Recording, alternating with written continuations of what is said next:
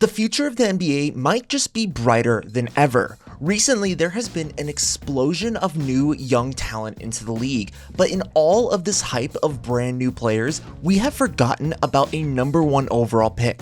We have forgotten about a Rookie of the Year and a former Duke Blue Devil. I'm not talking about Zion Williamson. I'm talking about a guy who is carrying an entire franchise on his back. I am talking about a guy who breaks the mold of every other superstar in NBA history. Let's talk about the 22-year-old on the Orlando Magic who you can't compare to anyone in NBA history, Paolo Banchero. And Banchero giving it to him. Banchero just powers us down. Loose ball just laying out there. Parker lobs it. Backs it up. Down to 5. He'll go to work. Step back. Over Durant. Shot is up. Oh! Banchero drills it. This was supposed to be Paolo's year. 2 years ago, he was selected with the #1 overall pick and won Rookie of the Year. Last year, he was an all-star for the first time. This year, he dropped a 50-point bomb against the Indianapolis Pacers, being just 1 assist shy of a triple-double. Then he got injured and missed 33 games. But Paolo came back from his injury in a dominating way, scoring 34 points in just 26 minutes against the Milwaukee Bucks. In his 11 games played this season, Paolo has continued his theme of constant improvement. So far, the 22-year-old is averaging about 25 points, 8 rebounds, and 4.5 assists per game, being on a minutes restriction. The biggest jump that we have seen from Banchero this season has been his shooting. It's been a small sample size, but I think it's going to continue to carry over, but Banchero's been shooting about 37% from 3 on 2 makes per game, both of which being a career high and probably making him the best shooter on this year's Orlando Magic team. That's not good. What is good has been Paolo Banchero's mid-range shooting. Last year from mid, he was shooting about 40%.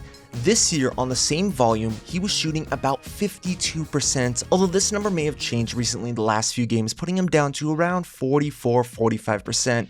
Still a solid increase from where he was last year. He has an incredibly smooth form with a super high release point. Remember, Banchero is 6'10" with a 7.5-foot wingspan. He is nearly impossible to contest when he rises up. And in his games this year, I think he has really shown that he has the ability to shoot from everywhere. He's got the mid-range, he's got the pull-up, he's got the mid-range fade, he can shoot off of the dribble, he can shoot a step-back 3. He's really hitting it all, and he's actually been more efficient on step-back 3s compared to catch-and-shoot 3s this year. Now, Paolo's never been the world's greatest shooter, but compared to what he was as a rookie, he's shooting about 7 to 8% better on an increased volume on one of the worst three-point shooting teams and just one of the worst offensive teams that we have seen in the last few years. His true shooting percentage is still a little bit below league average, but it's the highest of his career. And there is still a lot of room to grow, and his efficiency starts to make sense when you look at the rest of the Orlando Magic. This year's Orlando Magic is a bottom 5 three-point shooting team since 1999. But let me say that again. This is one of the worst three-point shooting teams that we have seen in the last 30 years. They are the worst three-point shooting team in the modern NBA, being 2.1 percentage points worse than the Washington Wizards, who are the 29th ranked team, which is a pretty significant difference. Meanwhile, the Cleveland Cavaliers, one of the best three-point shooting teams that we have ever seen, shoot nearly 9% better. Of all the shooters on the Cavaliers, Paolo Banchero would probably be their 3rd or 4th worst. The Magic's best shooter is a bottom 5 shooter on the Cleveland Cavaliers. That just goes to show how bad this team's spacing is, especially compared to the modern game. And this isn't anything new for Paolo or the Magic, as in his entire career, the Magic have been a bottom 5 three-point shooting team. And this is Paolo Banchero. He is not a shooter. He's a guy who can attack the rim. He is a 6'10", 250-pound freight train that can barrel to the rim in the same way as a young LeBron James. According to NBA.com, he averages about 4 makes per game at the restricted arc, shooting around 65%. Out of the 20 players who make 4 shots per game within the restricted arc, Banchero has the 3rd worst efficiency, just being in front of Alperen Sengun and Zion Williamson. His driving to the rim has its dividends, even if he isn't completing at the rate that I think he's capable of, and that's because he has jumped from 7 to 9.5 free throw attempts per game. That actually puts Paolo Banchero as the second most free throw attempts per game in the entire NBA, and unfortunately, just like LeBron James, he is a pretty average shooter, shooting around 69% from the line this year. But you take his raw strength, his speed, his ability to draw fouls, his ability to touch it off the glass, or just dunk over a guy, and I think Paolo Banchero is still one of the better rim runners in the league, and he is a rim runner that has now improved his shooting. And that doesn't count the fact that he is an already very complete player. Few players in the league are a true threat in both sides of the pick and roll, both as the ball handler and as the screener, but Paolo is one of them. He's big enough to set a good screen, he is strong enough to be able to finish at the rim, and he is good enough of a shooter to where you have to defend him in the pick and fade. NBA.com puts him in the 55th percentile, making him just above average of all players when it comes to the roll man, but when you have Wendell Carter Jr. sharing the front court with you, I kind of think there is some room to be improved there. But then what makes him insane is when he is a pick and roll ball handler, he is in the 84th percentile of all players. And yes, his frequency isn't as high as some other guys, but he actually runs the pick and roll about as often as Russell Westbrook, and he actually does it more than Jaylen Brown and LeBron James this year. So it's not like he's doing it on little opportunities. And that's because Paolo, like I said, he is a great finisher at the rim. He is strong enough to where you can't put a small player on him, but he is quick enough to where he can still either dribble by or step back on a bigger player. And then you can't forget, even though the Magic aren't a great shooting team, Paolo Banchero is incredibly unselfish. He has no issues moving the rock or getting the ball to an open teammate, and especially on a team like the Magic that lack offense, he has a massive amount of gravity. He is a 6'10" pick and roll ball handler who can attack the hoop incredibly well. He can pull up from mid-range, he can pull up or shoot off the dribble from 3, and he is unselfish and he will give the ball to his open teammates.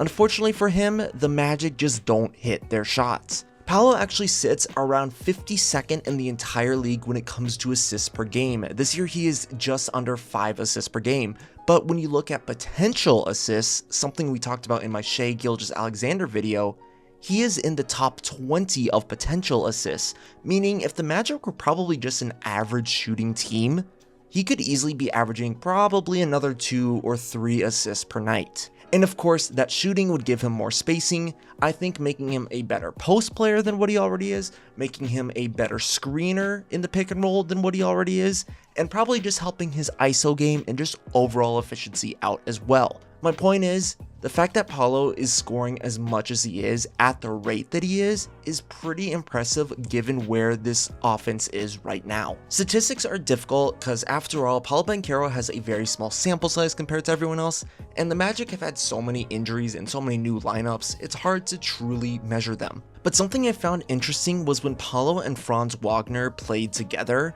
this team actually went from the 29th ranked offense to around the 14th best offense just because of those two players being on the court. Advanced stats also back this up because per 100 possessions, Paolo Banchero is having his best year from both an offensive and a defensive standpoint. His PER is at the best that it's been for his entire career, and his box plus minus is at a very good level as well. And the thing that probably fascinates me most about Paolo Banchero is that you can't compare him to anyone else in NBA history. Even looking at his draft comparisons, they just weren't that great. Paolo kind of reminds me of a younger on the rise Giannis. Giannis, when he was around 22, 23 years old, was a guy who had already become an all-star, barely was earning MVP votes, and was leading his team in basically all their statistical categories. And that's something that I think Banchero has the capability to do. His stats are on par to what Giannis was doing at 22 years old. He's even scoring a little bit more than a 22-year-old Giannis. And you have to remember that Giannis was in the league for one more year than Banchero was right now. But other draft comparisons put him all over the place, comparing him to guys like Julius Randle, Ben Simmons, Carlos Boozer, Chris Webber, David West, and Blake Griffin. And I just don't find any of these to be that accurate. He's taller, he's a better defender, and at this point in his career, he is a better shooter than Julius Randle. Unlike Ben Simmons, he can actually shoot the ball and actually scores, and scores at a very good amount. He's taller and he controls the ball more than guys like Carlos Boozer and David West ever did. I think right now his stats are actually pretty comparable to a prime Blake Griffin, but Banchero is a better dribbler at this point, he's a better shooter, and he's a better defender. And unlike Griffin, he doesn't have the luxury of playing with someone like Chris Paul. He hasn't really had that secondary superstar until Franz Wagner took a massive leap this season. I think calling Paolo Banchero a modern day version of a prime Chris Webber is probably the most accurate version, because Webber was a guy who could do it all, and if we look at just player efficiency rating or box plus minus, a 22-year-old Banchero is very comparable to a prime Chris Webber. In an era where the power forward position has completely died, Banchero sits here as one of the league's best. He compares well to just about any star of today or even of the past at that age of 22 years old. So let me sum this up for you. Paolo Banchero is a physical freak who is an incredibly complete NBA player. You can't compare him to just about anyone in NBA history because he breaks their mold. You have probably forgotten, or you're probably just not thinking that much about Paolo Banchero. And even if you remember him, the NBA definitely has not. This is a #1 overall pick. This is a rookie of the year. This is an all-star who led the Orlando Magic to 7 games in the playoffs last year. Guys like Wemby and Ant and SGA are absolutely phenomenal players that have turned their small franchises around and will be leading the NBA for the next decade, but Banchero deserves to be right next to them. The Magic had only 5 national TV games at the beginning of the year, and that was before Banchero's injury and just all the other injuries that have plagued the Magic this season. And despite being one of the most injured teams that we have probably ever seen, they are still sitting with a positive record around 7th in the Eastern Conference, despite having basically a new lineup every single night. In an era where fans complain about a lack of defense and just jacking up random 3-point shots, the Orlando Magic don't do this, and Paolo Banchero as a superstar does not do this. Orlando is a relatively small market team on the rise, being led by one of the most forgotten young superstars in the league. Right now, the best team in the league is the small market Oklahoma City Thunder. Even though the Minnesota Timberwolves haven't had the season that they imagined, Anthony Edwards has helped put that team on the map. The Cleveland Cavaliers have figured out how to become a dominant team in the post-LeBron era. It is time for Paolo Banchero to be mentioned with all of these other stars in helping turn around small franchises. Paolo Banchero has the tools not only to lead a playoff team, but to become one of the best players of this generation. Do not sleep on Paolo Banchero. Do not forget about him. Speaking of young stars in the league, check out my most recent video where we talked about the dominance of Shai Gilgeous-Alexander. But that is it for this one. If you liked the video, you know what to do, and I will catch you all later.